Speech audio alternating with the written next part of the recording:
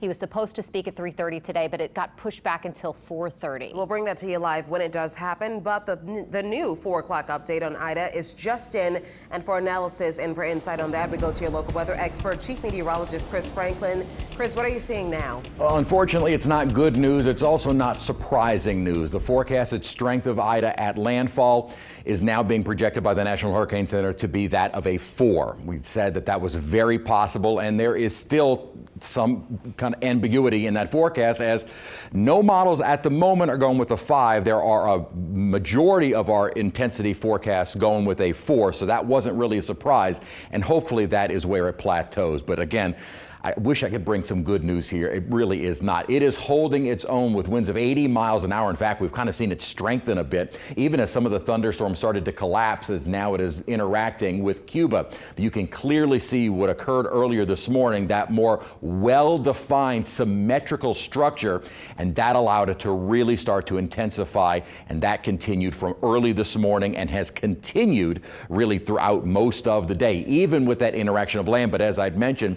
in an earlier update, the land here, the Isle of Youth, as well as western Cuba, is all pretty flat terrain. So there, yes, a little bit of added friction, but it's nothing like the more mountainous islands as you get into eastern Cuba, and clearly more like Hispaniola. And you can see from those brighter thunderstorm clouds, they have kind of collapsed. It looks like a new surge of it developing around the center, but it has kind of fallen apart a bit. So that land interaction is certainly doing something, but as I mentioned, not really weakening it all that much at all. And further intensity is almost certain with the storm, becoming a 3 by sometime tomorrow midday and through the afternoon, and then building up to a 4 probably by late Saturday, early Sunday, and continuing to strengthen up to the point of landfall. And again, I don't always want you to focus on that center line, but the center line also becomes important at landfall, because wherever it does make landfall, that's going to be the area that sees the strongest of the winds.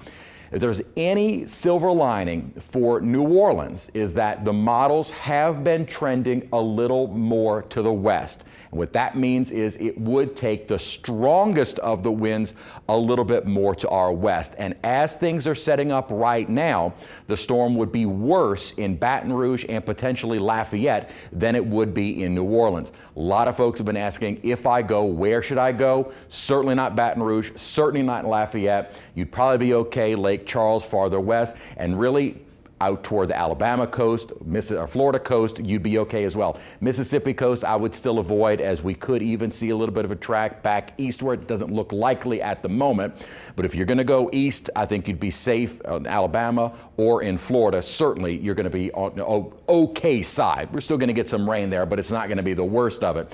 But at the moment, we are looking at this becoming a Category 4 up to the point and before landfall. As I'd mentioned, the models are in fairly decent agreement. They're not completely clustered around any one individual point at the coast, but it does include almost the entirety of the South Louisiana coastline. So there is still a decent spread. And notice that the Hurricane Center's margin of error does include all of that uncertainty from the computer models. And again, it is not, though, that the precise landfall is written in stone. The landfall in South Louisiana is written in stone. Here's what the models are saying. And again, the GFS, the Euro, have been indicating over the last several days that this could potentially explode in strength. And so we will likely see that rapid intensification over the Gulf waters, and basically about a 36-hour time span. Once it crosses Cuba, gets into the Gulf, it has nothing to hinder that development as it moves toward the Louisiana coast. And notice, this is the GFS forecast, on top of which I've placed the official forecast from the National Hurricane Center. The Hurricane Center's forecast is almost in perfect agreement with the strength, track, and landfall timing of the GFS. Not quite as in agreement with the Euro. The Euro is slightly different. Matter of fact, it's actually a little slower than what the Hurricane Center is saying. As far as the precise landfall point, the Euro has been trending a little bit more toward Vermilion Bay, whereas the Hurricane Center is almost kind of coming in between Terrebonne and Vermilion at landfall. Again, that's the precise point, which you know it's going to be one way or the other. But certainly, South Louisiana's coast is getting hit by a, at the moment, Category 4 storm. Storm surge, we may see these numbers change as we now have an even stronger expectation, or a stronger hurricane expected to make landfall. At the moment, we're looking at along the Mississippi coast and almost all of the South Louisiana coast, 7 to 11 feet of storm surge in the lake waters. Remember, the direction the storm is moving right now is going to pile up all of that water and send it along our coast, going to send it inland and into the lake. Levee protection system should hold. So you see the areas in the potential storm surge. The areas in white are all of the areas in the levee protection system. So the computer doesn't generate the potential for high water in those areas. But as you get into more the Biloxi Marsh and then right up to the levees in lower Plaquemines, you're looking at the red, oranges to reds, that's 6 to 9 feet above ground level. Along the lakefront, you're looking at 3 feet, potentially some spots of 6 feet, especially near Slidell. As you get into St. Charles, St. John, St. James, you're looking at that inundation of water from Lake Pontchartrain at the moment going 3 to 6 inches. Same for Houma, same out toward Morgan City, outside of the levee system. And at the moment, notice the track would take it near Cocodrie and bring it right over Morgan City. Now, this is not the same track that Zeta took. Zeta did make landfall in Cocodrie, but if you remember, Zeta came directly over Metro New Orleans. This is not coming directly over Metro New Orleans. So at the moment, again, if you're just following that center line, and again, it's going to be either east or west of that, at the moment, the strongest winds would be near that center. So you're looking at Morgan City to Pierre Part and up toward Baton Rouge. That's why I say conditions will likely be worse in Baton Rouge than they will be in New Orleans. What's happening with the storm right now? We had hoped maybe this wind shear from the upper low would kind of keep Ida weak. That was happening over the last several days. It's kind of surpassed that. One of the reasons why that the shear is still actually fairly strong with the storm, although now it's almost creating its own shear, and it's not going to have much of it in the upper parts of the atmosphere and kind of the surrounding environment that would help to weaken the storm. But one of the reasons that it kind of exploded in strength near the Isle of Youth was the fact that it passed over an area of that deep warm water, very similar to the loop current. It passed over that, and we kind of saw the storm explode in strength. That's what is expected as it moves through the Gulf of Mexico. It is once again going to be passing over a very kind of a well of very deep warm water that should allow the storm to explode. One thing that actually may be working in our favor, and again, I don't wish this storm on anyone, but what may be working in the favor of New Orleans is that this high does look like it's going to be building farther inland, and that is what is going to keep pushing the storm more to the west. I think we're going to see a dramatic westerly shift in the direction, but that does place it more into south central Louisiana and does push it a little bit more away from the New Orleans viewing area. What that means is, though we're still on the worst side of the storm, it is going to take that small corridor of the strongest winds a bit more to our west. So what are the winds expected to be like? As we go into Sunday early morning, we're already seeing this on the North Shore. You're at tropical depression to tropical storm force winds, 40 plus miles an hour. The areas in this kind of pink color are 39 to 57 miles an hour. So that's early on Sunday morning. Again, if you're going to do anything in terms of prepping the home to get ready or leaving, you still have tomorrow. By tomorrow night and on into Sunday, that's it. You need to stay where you are because it is too late to leave. The strongest of the winds are still offshore early on Sunday morning. As we continue through, notice the strongest, the hurricane force winds are going to be right near the center. What are we seeing in the city by 7 o'clock on Sunday? We're still at tropical storm force winds, likely in excess of 70 miles an hour and likely some higher gusts. But the strongest of the winds, category 1 to 2, and then the core of those strong winds of major hurricane are only going to be right near the center of the storm. So unless you are at the center, you are not going to see the 140 or greater mile per hour winds. It is going to be only where the center of the storm makes. So if you can avoid the eye wall, then you're in better shape. Obviously, even 70 mile an hour winds are going to do some damage, especially as you get closer to the more category 1 to 2 force winds. But as I said, as we kind of put this into motion, notice New Orleans kind of avoiding the hurricane force winds. Baton Rouge, however, stronger? Will not. And the storm will be weakening as it moves inland, but it likely at this point will be worse for the folks in Baton Rouge and Lafayette than it will be in the city of New Orleans. We're also looking at quite a bit of rainfall. We are on the dirty side, as we call it, and right now 8 to 12 inches looks fairly possible across a widespread area with some localized amounts of around 15 inches of rain. This is the 7-day forecast, but all of this is coming in late tomorrow, Sunday, and into early Monday. We actually should start to see improving conditions by later in the evening on Monday and the rest of the week, improving weather. So tropical impacts begin on Saturday night. We will start to see those winds picking up. We'll start to see the outer bands of the rainfall. Rapid intensification at this point, almost more than likely, it looks possible. Now is the time to be ready, and now is the time to execute that plan. If you're going to leave, I've already had reports that traffic is already pretty bad across the region, and it's only going to get worse. Landfall southeast or more south central Louisiana sometime late Sunday or into early Monday. So that's how things stand as of right now. It is a strong hurricane and only going to get stronger up to the point of landfall. A lot of traffic. We're seeing a lot of people in stores getting all of their supplies, and a lot of people at the gas stations as well. We're going to check back in with Chris in a second. Hurricane Ida entering the Gulf of Mexico and is expected to undergo rapid intensification by the time it reaches the coast of Louisiana. A number of parishes are issuing voluntary and mandatory evacuation orders. In Jefferson Parish, there are mandatory evacuation orders in areas outside of the levee protection. That includes Jean Lafitte, Lower Lafitte, Crown Point, Barataria, and Grand Isle. Lafourche Parish has issued a mandatory evacuation for the entire parish. It goes into effect at 5 a.m. tomorrow morning. If you're in that parish, you should get out as soon as you can. Orleans Parish has also issued a mandatory evacuation for all areas outside of the levee protection. St. Charles and Plaquemines also have areas where mandatory evacuation orders are in place. For a full list of those evacuation orders, all you have to do is go to our website, WWL-TV.com. Now, we also have an updated list for you of school closures at this hour. Many schools throughout the area are going to be closed on Monday. All public schools in Orleans Parish are going to be closed. That applies to public schools in Jefferson Parish, Lafourche, Terrebonne, and St. Charles parishes as well.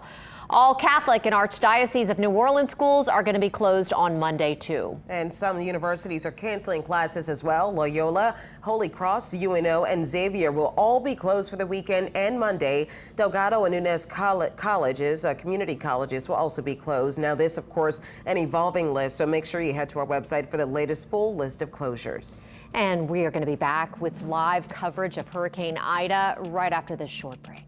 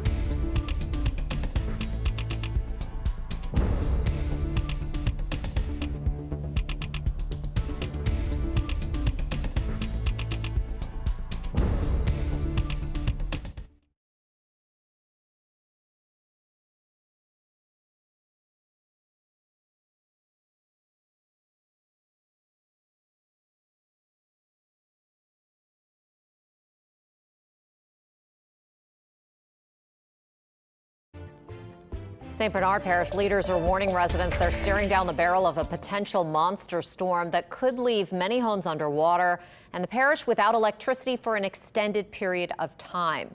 Paul Murphy is joining us live along Bayou Bienvenue in St. Bernard Parish with the latest on the storm preps there. Paul?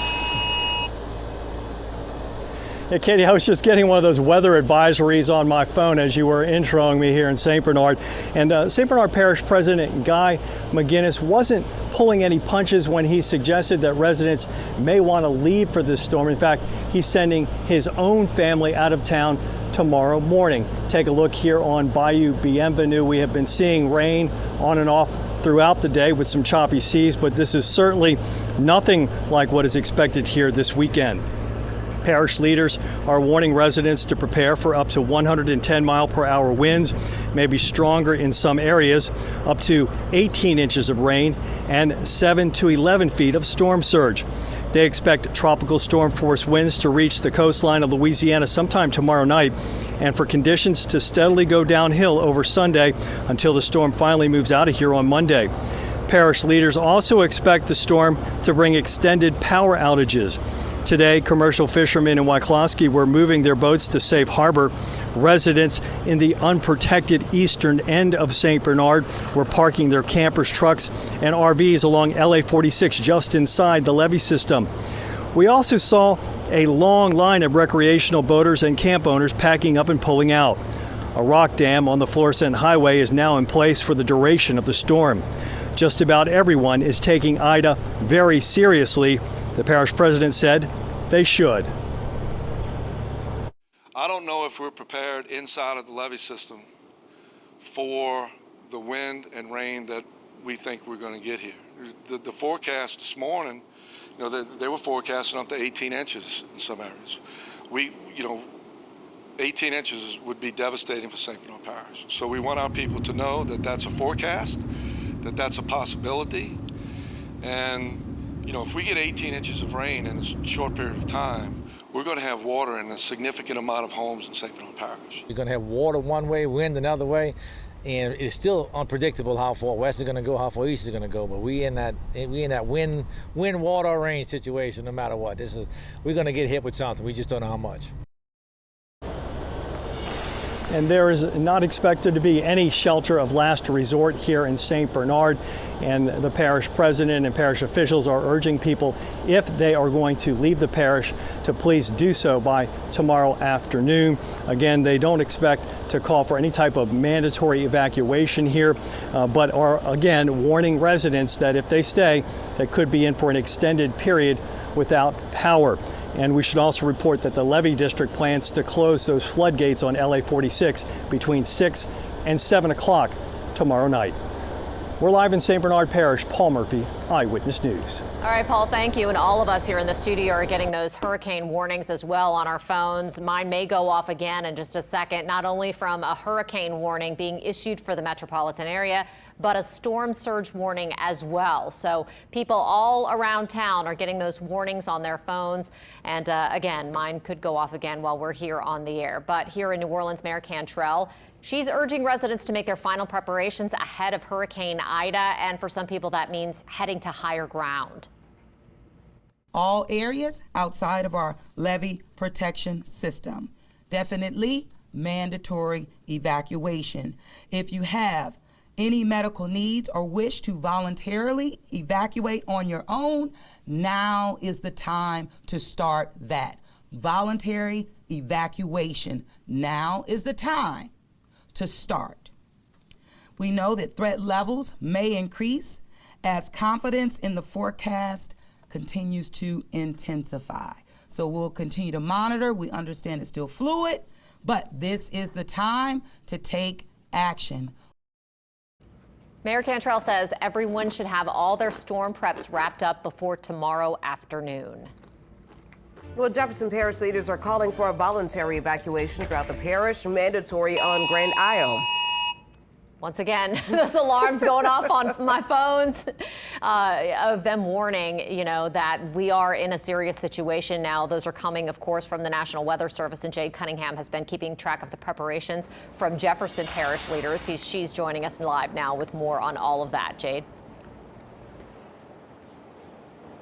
Well, good evening, Sharice and Katie. Yeah, you know, we have been going around Jefferson Parish all day today. We've spoken with a lot of people, and a lot of people tell us they are still trying to figure out if they're going to stay or if they'll go. Obviously, this latest forecast may persuade them one way or another. And those we spoke with who say they are staying say they have been busy trying to prepare. Again, we drove around the parish on both the east and west banks where we saw people today busy loading up with supplies, water, food, drinks, chips, things like that.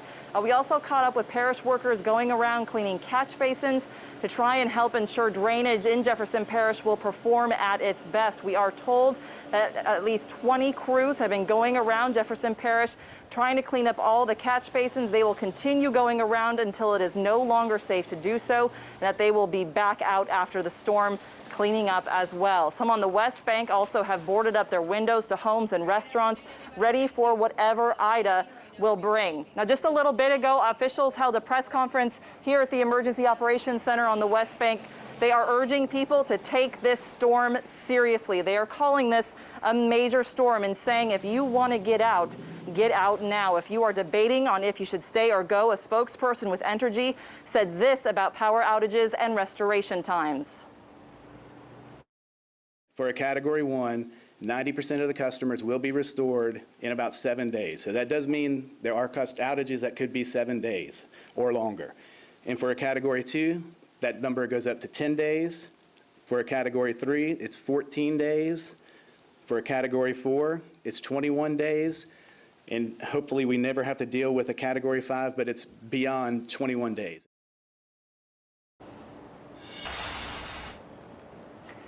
So that definitely puts it into perspective for a lot of people. On a side note, 194 of the 195 pumps in Jefferson Parish are working. That one pump is a small pump, we're told, in Lafitte, and they have placed multiple portable pumps in that area. Again, officials monitoring the situation as it continues to unfold, and you can stay with Eyewitness News for the latest.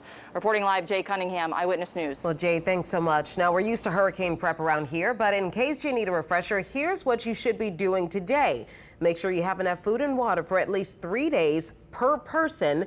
If you have babies, make sure you have diapers, milk, and formula and medications if they take any. Stock up on any first aid supplies like medications and Band-Aids.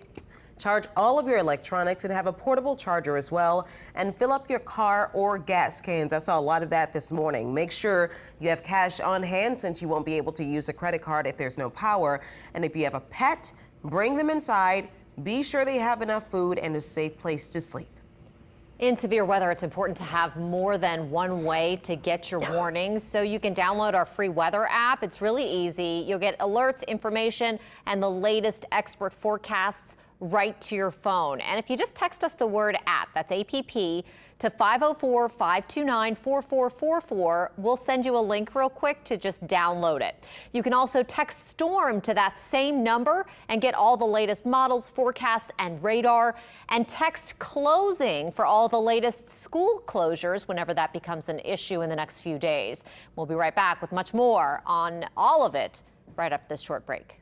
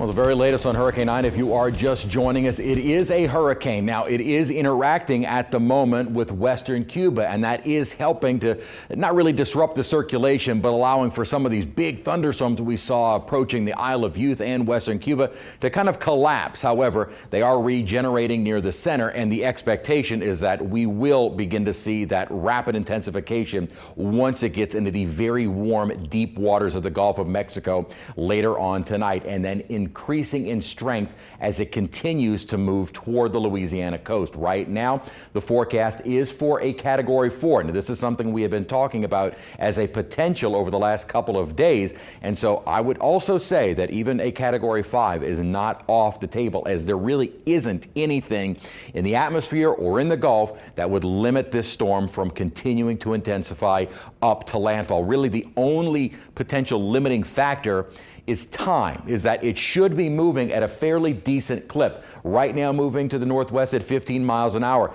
and it should continue that fairly fast pace as it moves through the Gulf, as it's moving on the outer periphery of an upper high, which is along the east coast. So that should start to take it inland. May slow down a little bit after landfall, but it should also be moving out of the region fairly quickly as we get later into Monday and Tuesday, with improving conditions after that. But right now, we are looking at the highly likelihood of a Category 4 hurricane reaching the Louisiana coastline. And there is pretty good agreement. There is a bit of a spread in the computer models, but also decent agreement that it's coming at South Louisiana. A lot of question as to, does it shift back east? Does it shift back west? We kind of see a little bit of grouping of the models, maybe right around or just to the west of the center line from the National Hurricane Center. Thought maybe they would adjust their track a little bit, and they might have, but generally speaking, all of the models fall within the margin of error from what the Hurricane Center is saying. So all of those possibilities are there for it to shift a little bit more east,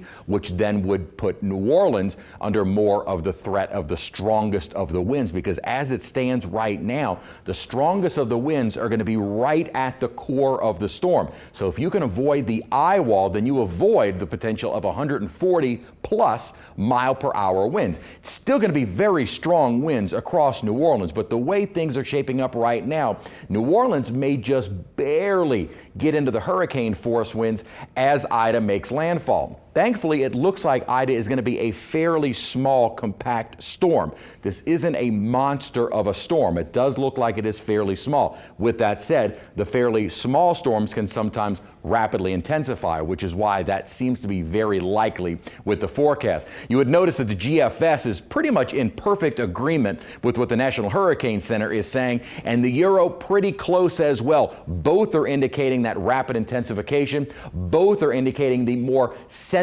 Louisiana coastline for a landfall. The timing may be a little different from the Euro, and the Euro has also been trending a little bit more to the west, more Vermilion Bay as opposed to Terrebonne Bay, with the Hurricane Center at the moment kind of splitting the difference between those two bodies of water. As we go into the next couple of days, however, or I really should say next day and a half, winds are going to start picking up, and that storm surge will begin to approach the coast. This is updated. Michelle Morgan just updated the information, because now we are looking at a Category 4, not a 3. So the height of the water from Southwest Pass toward Lower Lafourche is now at 10 to 15 feet. So for Barataria Bay, we're looking at a 10 to 15 foot storm surge as things stand right now. The areas in red, so just to the east of that, south of Terrebonne, and then also east of the mouth of the river up toward Lake Bourne and the Mississippi coast, you're looking at 7 to 11 feet. In Lake Pontchartrain right now, 4 to 7 foot storm surge. Now, the South Shore obviously does have that levee, but it does not have that in St. Charles, St. John, St. James. And we are expecting that inundation of water to come into the river parishes at a height of about 3 feet above ground level, where you see the oranges to reds in more the Biloxi Marsh, 6 to 9 feet right up to the levee system. The areas in white are not calculated because that's all within the levee system. So those, in theory, should be fine. In the oranges along St. St. Tammany Parish, especially south of Slidell, so the Ede-Niles area. You're talking about in New Orleans East, outside of the levee system, 6 foot above normal, above ground level, and then also down along the coastline. The oranges are the 6 foot height. So we're looking at a fairly significant amount of water coming at us. This does not compare to the water that we saw from Katrina. It's a different system. This is not going to be just sitting down in the Gulf of Mexico like Katrina did, allowing for that enormous surge to build up. This should be moving through pretty quickly. Now, with that said, this is still a significant surge, but we are not looking at the Katrina surge from this storm. Wind shear is moving away, unfortunately. This upper low is what had been helping us out, kind of keeping Ida weak, but that is gone, and there is no additional wind shear with the storm that would affect it. The storm itself might actually create a little bit of wind shear, but nothing that would limit the strengthening of the storm, as well as it is going to be passing right over deep, warm water, almost in its entirety to the Louisiana coastline. That is the reason why. The winds, or the lack thereof, and that deep, warm water, all reasons why we are expecting the storm to continue to intensify and likely at a very rapid pace.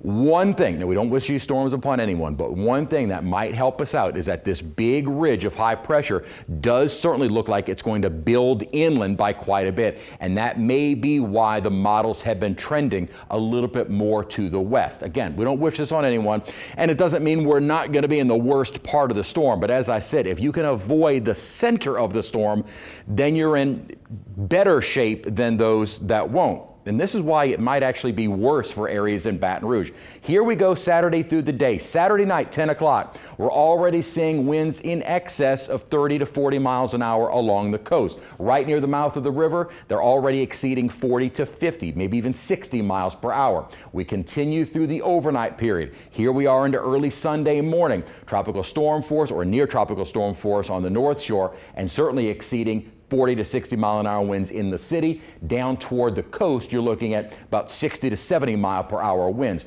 Where are the strongest winds? Right at the center of the storm.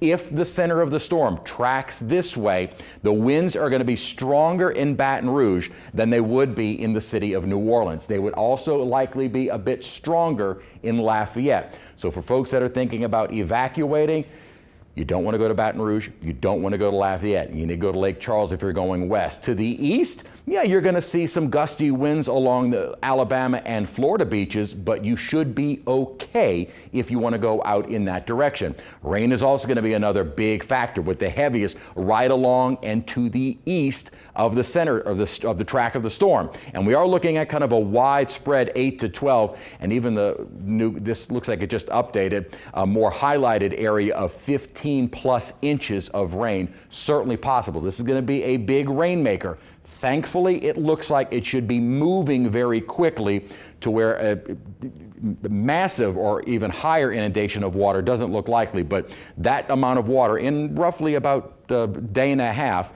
is going to cause some flooding issues. Tropical impacts will begin on Saturday night. Rapid intensification likely at this point. Now is the time to be ready and be able to execute that plan either this evening or tomorrow at the latest. Landfall, though, is going to be along the South Louisiana coast sometime late on Sunday or into Monday. A lot of folks asking, if I leave, where am I going to go? Kind of highlighted a few spots. Shreveport, you're okay. Baton Rouge, you're okay. Well, I should say good to go.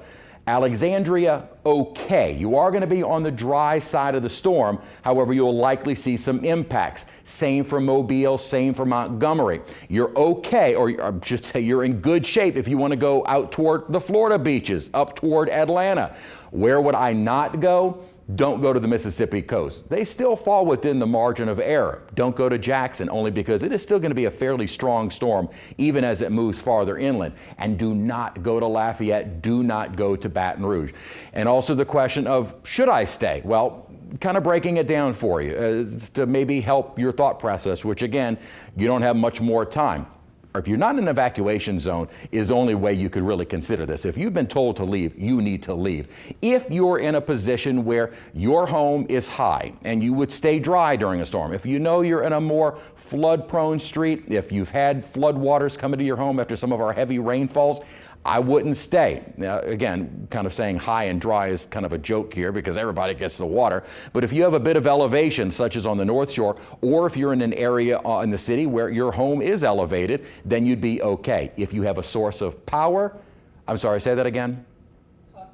Okay, let's toss things over to Katie and Sharice. All right, Chris, thanks so much. Governor Edwards is ready for his Hurricane Ida update. Yeah, so let's go hear what he has to say now. Joined by Benjamin Schott with the National Weather Service in New Orleans, and he will, in just a few moments, give you the latest update on Hurricane Ida. Dr. Joe Cantor with the Louisiana Department of Health will speak in a minute on COVID and health considerations as we prepare for and respond to this hurricane. We also have on hand today Chip Klein with the CPRA, General Keith Waddell of the Louisiana National Guard, Colonel Lamar Davis with the Louisiana State Police, and also Secretary Jack Monisset with the Department of Wildlife and Fisheries, and Jim Wascom with GOSEP. And they will be available at the end of the presentation in order to take any questions that you might want to direct to them. I want to start by acknowledging that today is the one-year anniversary of Hurricane Laura. And while much progress has been made, there's still a long road of recovery left as it relates to the recovery from Hurricane Laura, particularly in southwest Louisiana. And here we are today faced with another storm setting its sights on Louisiana, this time southeast Louisiana. We have some very significant updates for you. What I can tell you is Hurricane Ida is rapidly intensifying, and the situation is changing, it seems, by the hour. We now believe that there is a strong likelihood that this will be a Category 4 hurricane at landfall. That's how quickly the storm is developing. I can tell you that I had an opportunity a short while ago to speak with the National Hurricane Center, Ken Graham, and he indicated that the storm is sort of ahead of schedule, meaning they had projected it would be at a certain strength at a certain time, and is beating those projections. And what this means is the rapid intensification is happening as was expected. It's just happening to a greater degree, or at least faster than expected.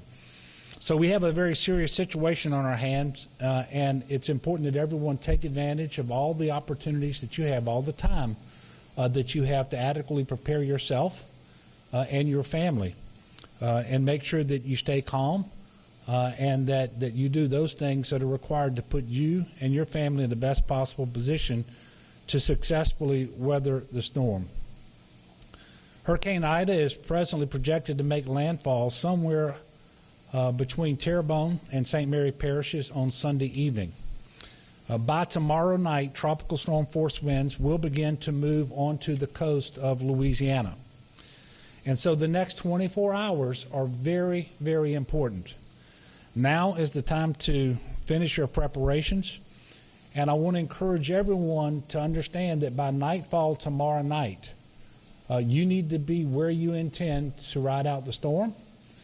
And you need to be postured as you would want to be as that storm approaches you. Make sure that you're paying attention to your family, to your pets, to elderly loved ones and neighbors. Last night, I was able to send a letter to President Biden requesting a pre-landfall federal emergency declaration. I'm very pleased to announce that he approved it earlier today, and we are very grateful for the fact that he approved it, and he did so very quickly. I was able to speak to the President just a few moments ago, and I will tell you, I was able to thank him personally. But this declaration is a key part of us being able to respond to Hurricane Ida and really to prepare in advance of landfall. Yesterday, as you all probably know, I also issued a state of emergency declaration for the state of Louisiana. And so both my declaration and the federal declaration issued by the President are for the entire state of Louisiana. As it happens, yesterday I was in Lake Charles with Administrator Criswell of FEMA at the time that we received the weather briefing, 10 o'clock yesterday morning, which was the first time that we really received notice of a forecasted storm that could be a hurricane when it hit Louisiana, and we were able to start our coordinations and communications at that time. Earlier today was with Health and Human Services Secretary Becerra in New Orleans as well, and able to thank him for his disaster medical assistance teams and all of the assets that they had previously sent to Louisiana with respect to the COVID emergency that are going to be much more important now, that they're going to continue to work in their capacity as COVID, but as this storm develops. And then there are additional HHS resources that are being brought to bear right now as it relates to the storm. So I had an opportunity to coordinate with him as well. At this time, I'm going to ask Ben of the National Weather Service to come up and give us all the latest on what is a very serious storm. And then I will come back up and give some additional remarks after that, and we will take questions as well. Ben? Oh, there you are.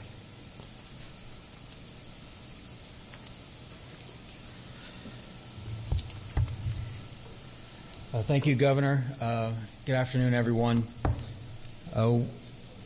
Hurricane Ida has quickly developed into a hurricane way ahead of schedule, just like the Governor had mentioned.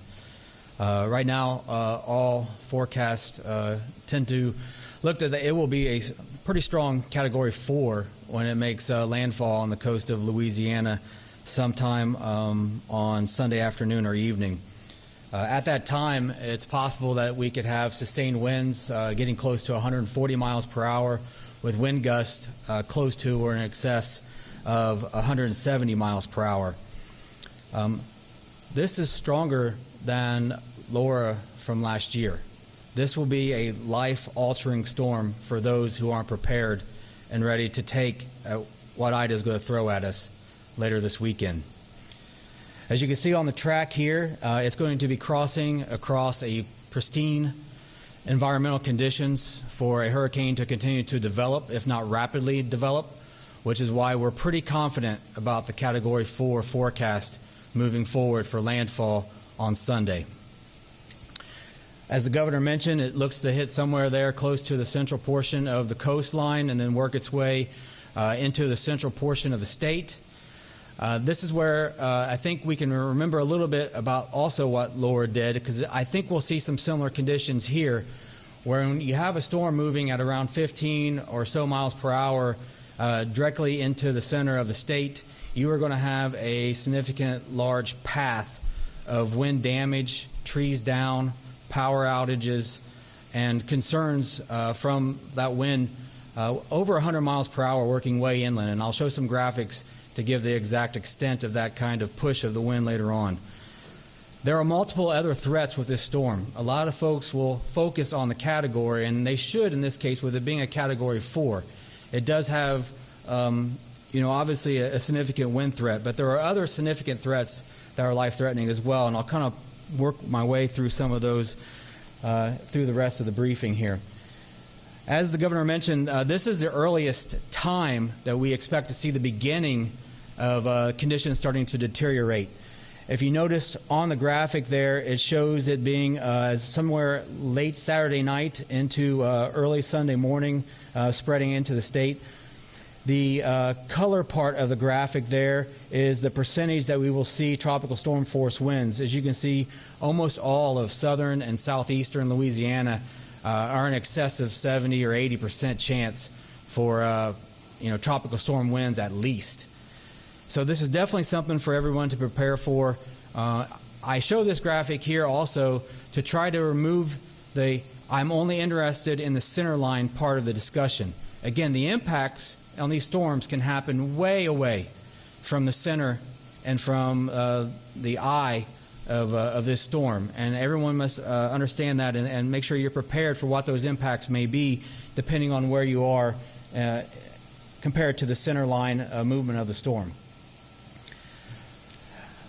Unfortunately, with the time of the new graphics just coming out, I have this just clipped, unfortunately, for southeast Louisiana, but there are hurricane warnings across almost all of southern Louisiana, and you can see some tropical storm just outside the state in Mississippi. The hurricane warnings do extend along the coast just a little bit further to the west, so I apologize for the graphic not showing it there. But it is time for people to start taking action. You know, we are within just that last 24 to 36 hours at most before we're going to see tropical storm force winds taking over most of southern and southeastern Louisiana. When I was talking earlier about the wind threat and how far inland that it can push, everywhere in the purple is what we consider a potential for 110 mile per hour winds. So I want everybody to kind of get a feel for how far inland. That takes us all the way in to southwest Mississippi. So with the speed of the storm coming in and its strength being a fairly strong Category 4, it is possible that we could have winds in excess of 100 miles per hour push all the way from the coast all the way into Mississippi and portions of central Louisiana. And that is something that everybody, including Baton Rouge, Lafayette, you need to be prepared for that possibility this weekend.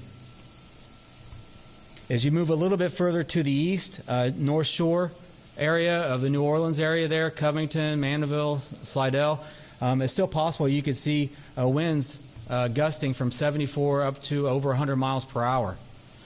Again, you do not have to be near the center of this storm to have significant impacts. Winds of 100 miles per hour will do significant damage to both trees and possibly the power grid for exposed lines. So for those who are in those areas, I would definitely consider in this time left to make sure that you have consideration for what you would do if you were without power as we move later on in the weekend. Surge is another devastating threat. It's probably one of the #1 killers when it comes to hurricanes and straw hurricanes. So across most of the southern and the southeastern portions of the coastline, we're talking about extreme surge. 10 to 15 feet surge possible from the mouth of Mississippi west to about Morgan City. From Morgan City to Intercoastal City, just a little bit less of that, roughly around 6 to 9, and then 3 to 5 to the Texas line.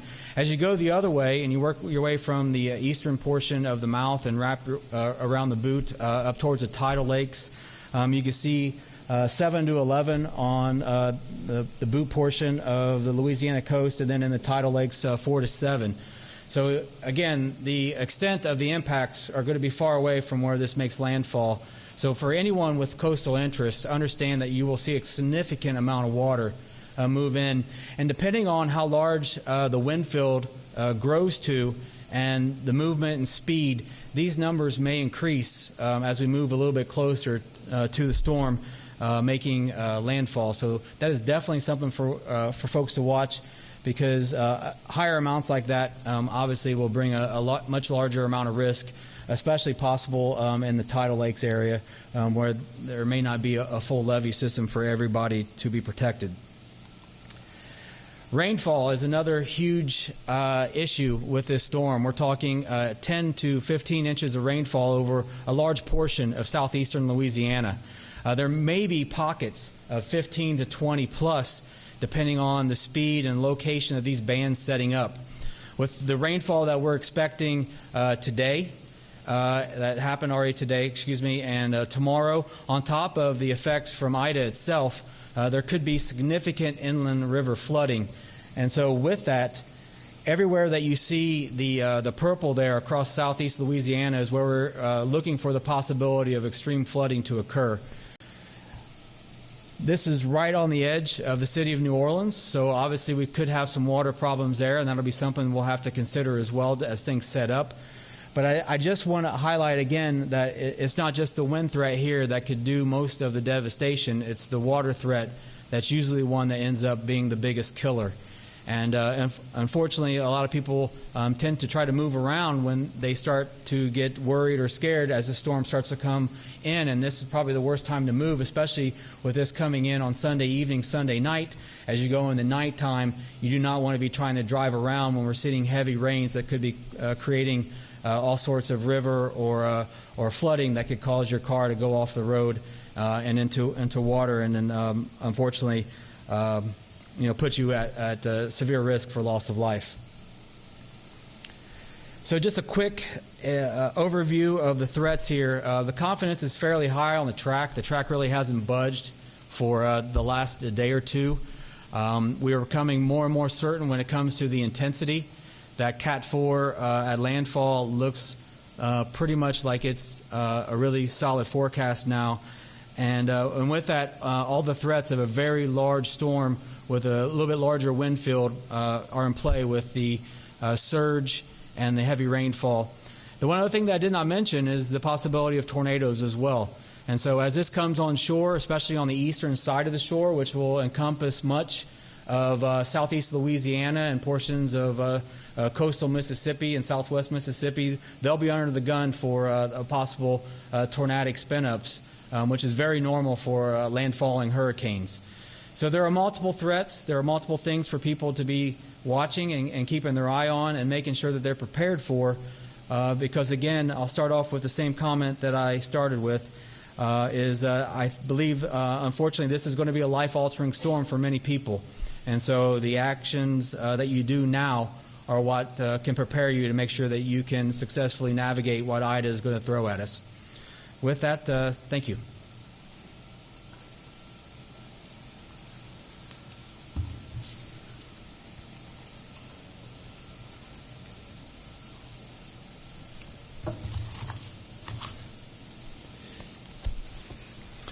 Thank you, Ben. And I don't know about you, but that's a very sobering assessment of what we can expect with Hurricane Ida. And I guess the biggest challenge is not just the strength of the storm, but how quickly it is approaching after its initial formation. And we don't have the normal time that we typically have in order to prepare for a hurricane of this magnitude, and that's why it's important that everybody take advantage of every minute that you have. We have announced that state offices in 38 parishes will be closed on Saturday, August the 28th through Monday, August the 30th. And we may be announcing additional closures on Sunday, but we know these will be closed Saturday through Monday. And I'm going to go through those for just a minute. Acadia, Allen, Ascension, Assumption, Avoyelles, Beauregard, Calcasieu, Cameron, East Baton Rouge, East Feliciana, Evangeline, Iberia, Iberville, Jefferson Davis, Jefferson, Lafayette, Lafourche, Livingston, Orleans, Plaquemines, Point Capee, Rapides, St. Bernard, St. Charles, St. Helena, St. James, St. John the Baptist, St. Landry, St. Martin, St. Mary, St. Tammany, Tangipahoa, Terrebonne, Vermilion, Vernon, Washington, West Baton Rouge, and West Feliciana.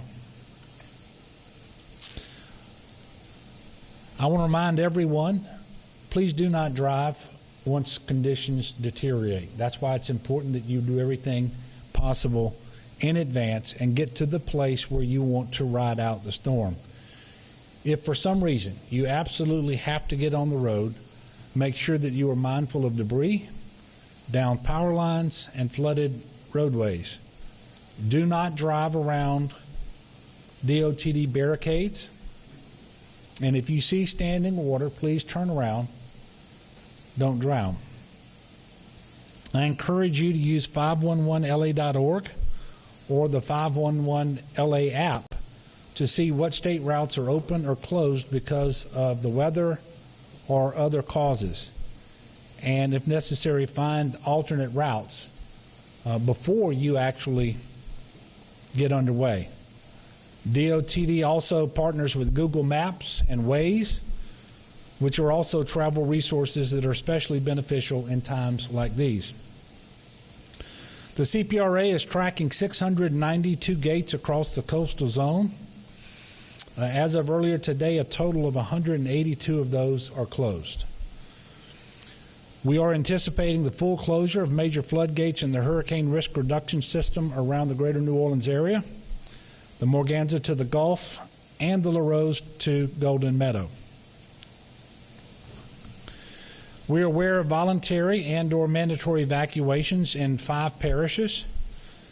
These orders differ depending upon where you live in the parish. So if you live in Jefferson, Lafourche, Orleans, Plaquemines, or Tangipahoa, please refer to your local officials for instructions on evacuations.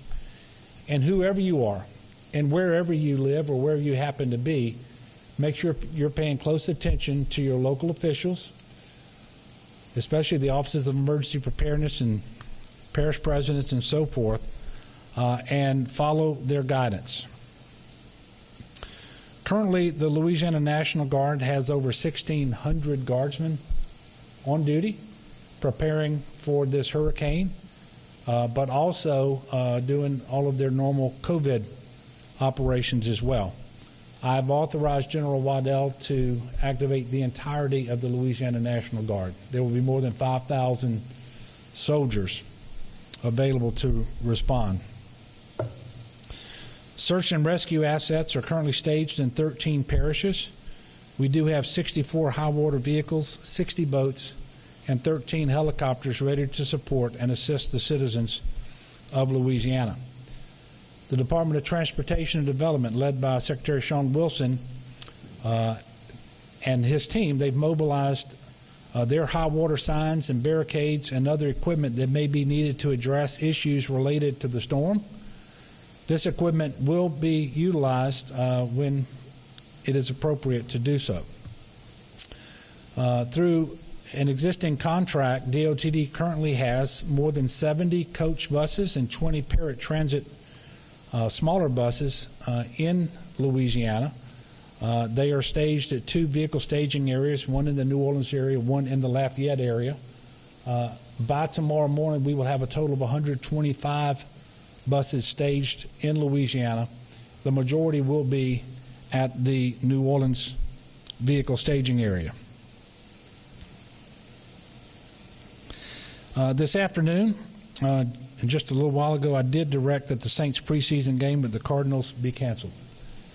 Now that we've had update on the weather forecast and the severity of the storm is increasing, and knowing how valuable every minute is for people to be preparing for this storm, I did not believe it was appropriate for there to be an NFL preseason game taking place on Saturday afternoon, knowing that we're asking people by dark tomorrow night or bedtime tomorrow night, however you want to say it, that they be postured and located wherever they need to be and how they need to be to ride out the storm.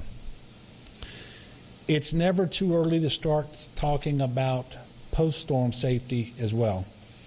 And I will remind you that in Hurricane Laura, we actually lost more people after the storm than we did during the storm to things like generator safety because of carbon monoxide poisoning, to people who were using chainsaws and on roofs and that sort of thing, and heat related issues as well. So everyone, please be mindful of this, and there is a very good likelihood that for some period of time, a considerable part of our state will be without power. Not that we're not doing everything we can to make sure that we can respond quickly. I can tell you there are already 5,000 linemen in the state ready to respond and almost 12,000 more postured to come in when they're called. But there's going to be a period of time, if the past is any indication at least, where many Louisianans will be without power. Many of those will rely on generators. Please make sure that you have those located well away from your home, at least 20 feet, not in a crawl space, not next to a window, and certainly not indoors or in a garage. And when you refuel the generator, let it cool off for at least 20 minutes before you do that.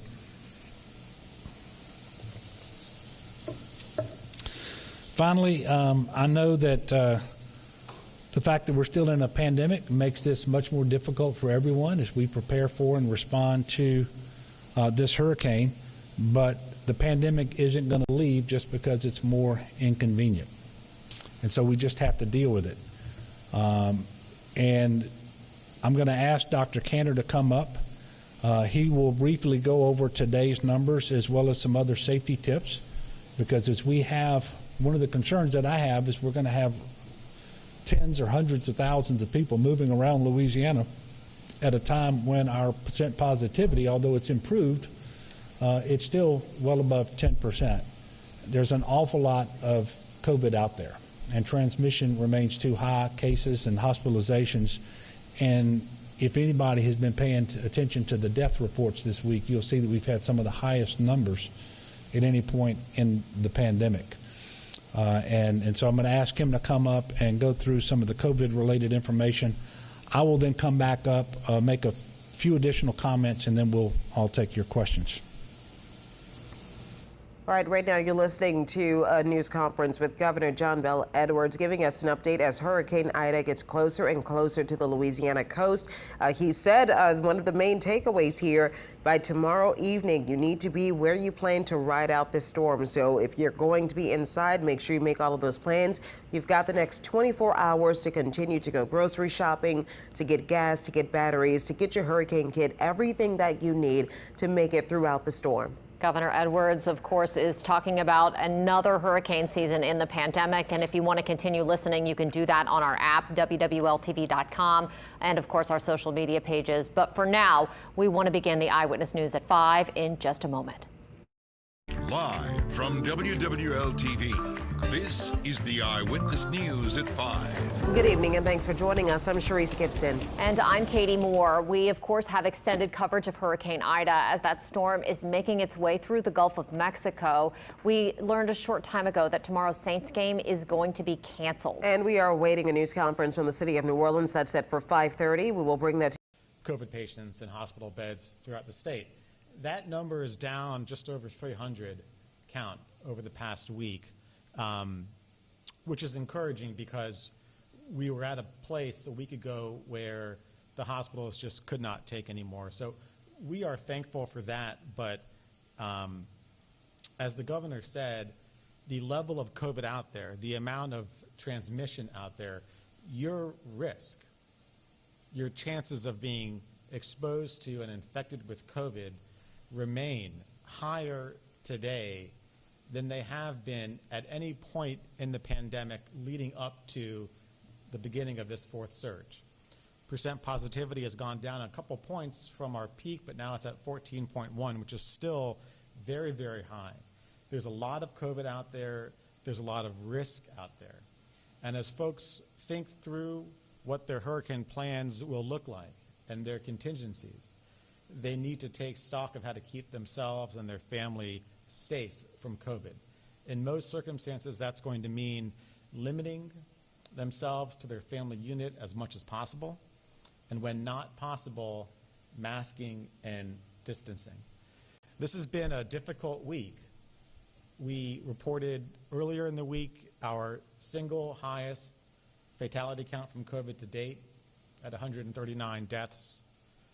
We also unfortunately reported out 2 pediatric COVID deaths this week, one of which was in an infant less than 1 year old. There's still a lot of risk out there. This storm is not the only risk out there. COVID increases the risk. Please take stock of that. Please incorporate that into your hurricane plans. Again, if you need to be in an environment where you're mingling with people beyond your family unit, the things that will keep you safe from a COVID perspective are masking and distancing. Please keep that in mind.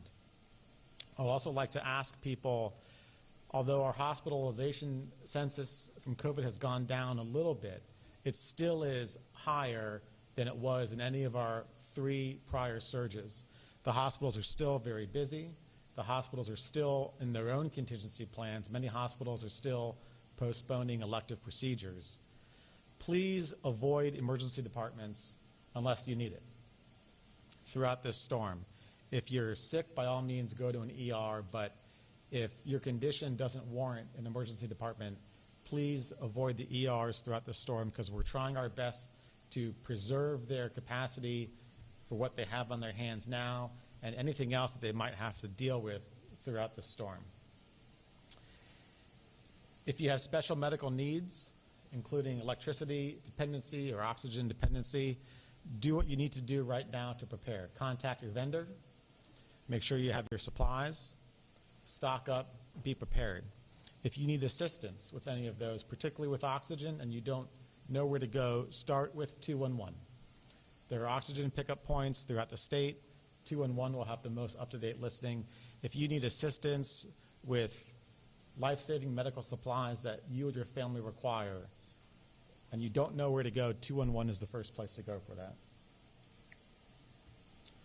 The majority of the COVID testing and vaccine sites throughout the state are ramping down right now. Most south of I-10 have already closed, and the remainder will close at around 5 p.m. today.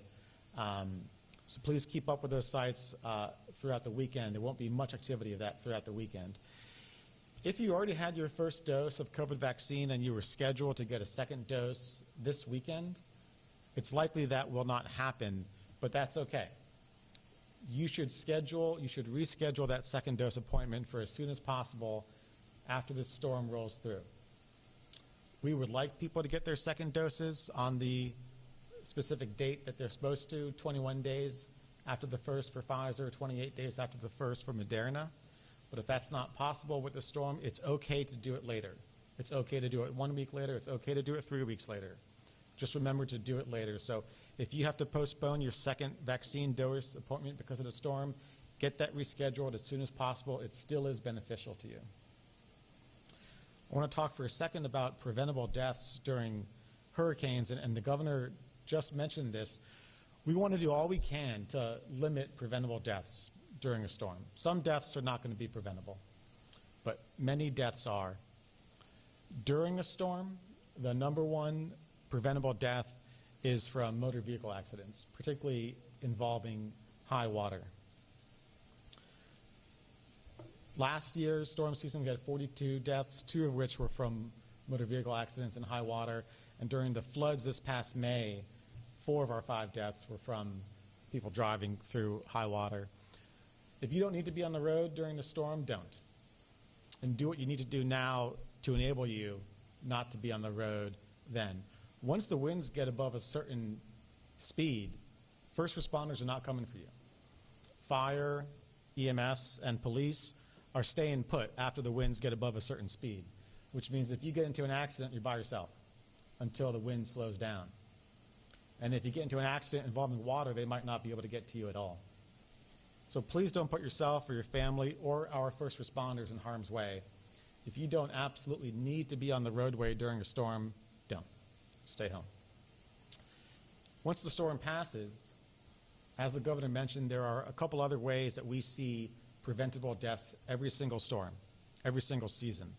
#1 is from unsafe generator use and poisoning by carbon monoxide. During last storm season, we had 9 deaths from carbon monoxide related to unsafe generator usage. Carbon monoxide is silent. You don't know it's there until you or your family dies.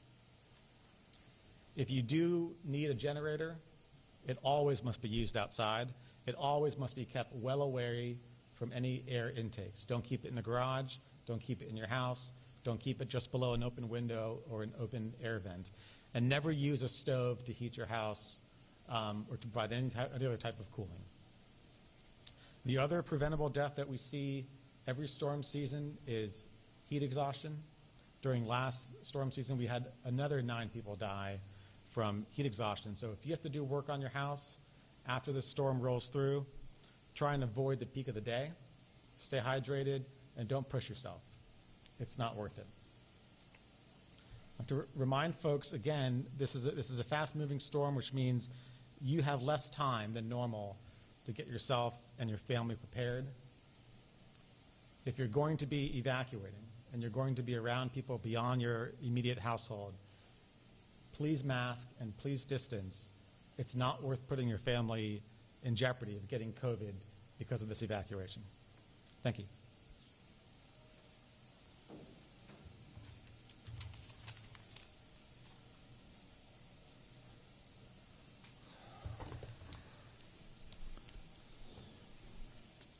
Thank you, Dr. Cantor. While we're talking about COVID, I'm going to go ahead and address the public health emergency that you all know is set to expire next week.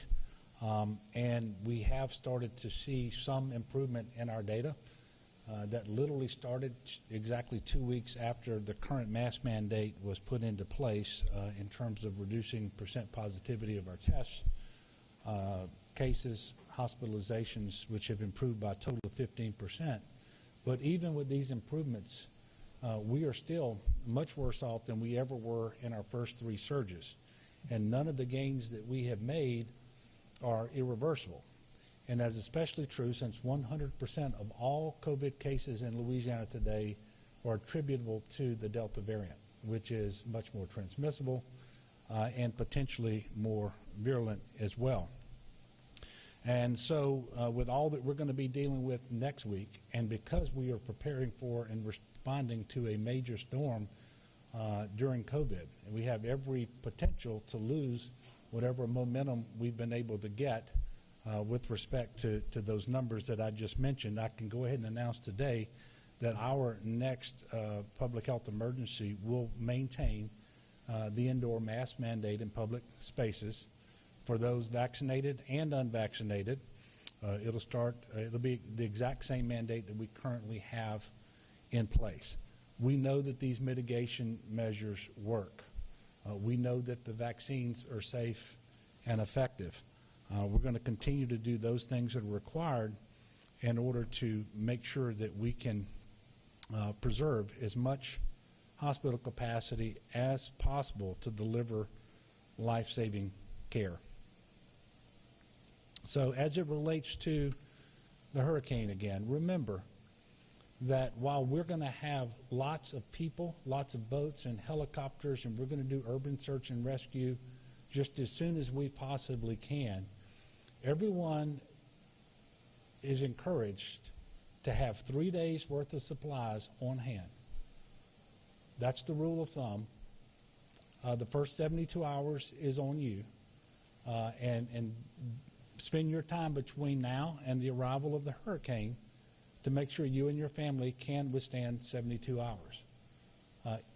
If you are in a difficult spot and we can possibly get to you sooner than that, you know that we will.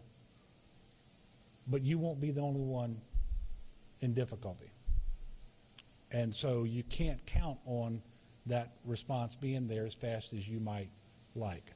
So remember, the first 72 hours is on you. And do what you can now and in the immediate aftermath of the hurricane to control as best as possible the spread of COVID-19. That means wear your mask. It means distance where possible, wash your hands, and so forth. So we have some time to prepare, not as much as we would like, but preparation is key. Panicking is the exact opposite of what we should be doing right now.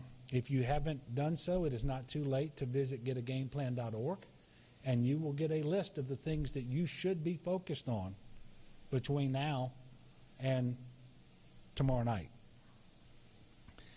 Closely monitor your local weather and your local officials. Please do as you are directed. Keep your phones charged. And if you want to sign up for updates from my office, you can text IDA.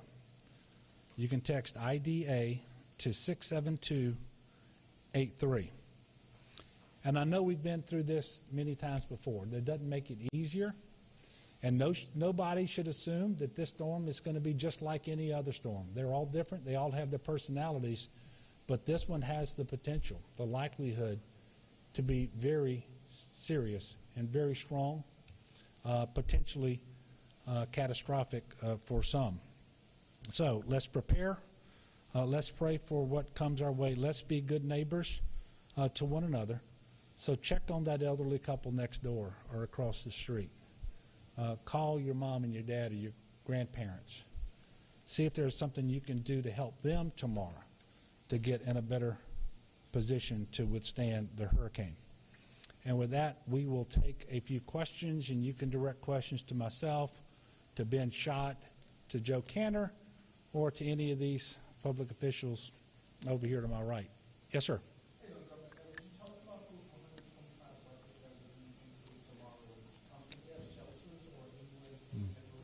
Yep. So where evacuations have been ordered, most are voluntary, there are some mandatory. Those individuals should be looking for sheltering guidance from their local officials. We obviously have state shelters that we are setting up that will be operational as needed. If individuals want information about state shelters, they should call 211. I can tell you we will focus on North and Northwest Louisiana based on the track of the hurricane that you just saw for our sheltering, and we always have medical special needs shelters that are open as well. But the first thing people should do if they need shelters is to contact their Office of Emergency Preparedness in the parish where they live and take instruction from them.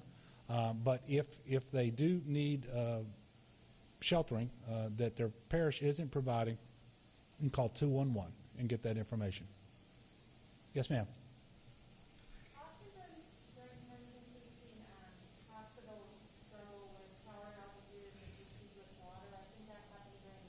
Mm-hmm. So obviously we have, I'm going to assume, more people in the hospital than we normally do going into a hurricane. Have you talked to the hospitals, and is there any things you can do to mitigate concerns about that? Well, we have, and the other thing is we actually have contingency plans that in certain scenarios, and perhaps not this one, where we would actually evacuate hospitals in certain coastal areas. That isn't possible. We don't have any place to bring those patients, not in-state, not out-of-state.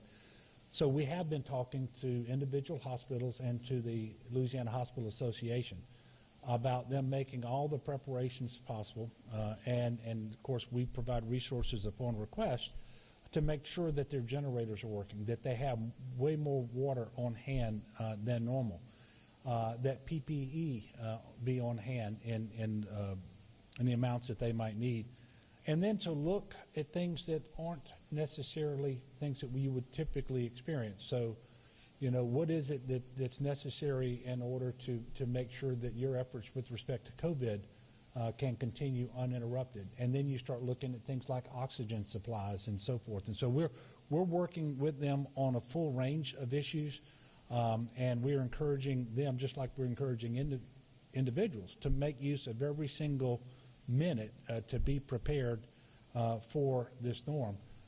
But evacuations are just not possible. And so, you know, we're having to work, for example, with the Nursing Home Association too, so that they can implement their point-to-point evacuations, those that are evacuating, because there have been times in the past where the more acute patients in nursing homes might end up in a hospital if something like this happens, where the hospitals don't have room for them either. So the implications of having a Category 4 storm with a southeast strike while our hospitals are full are beyond what most people normally contemplate, and quite frankly beyond what our normal plans are, which is why we've been working so hard today to fully coordinate. And I was on the phone earlier today with the president, and he had the FEMA administrator in the office with him, and I just told her, I said, be prepared to receive emergency requests for supplies that you wouldn't normally get. And we went through what some of those might be, because this situation really, and we use this word a lot, unprecedented, unique, but this one really is. And so we were able to have that conversation, and certainly I expect that they will work as hard as they can to provide whatever those needs might turn out to be. Yeah.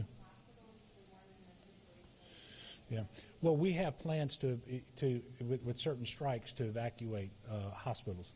That is not something that we would do in this situation anyway, at least not those within the hurricane risk reduction system. If you had one or two small hospitals that are much further south, you know, potentially, but it's not something that we would do for this storm, but we always have those contingencies in place.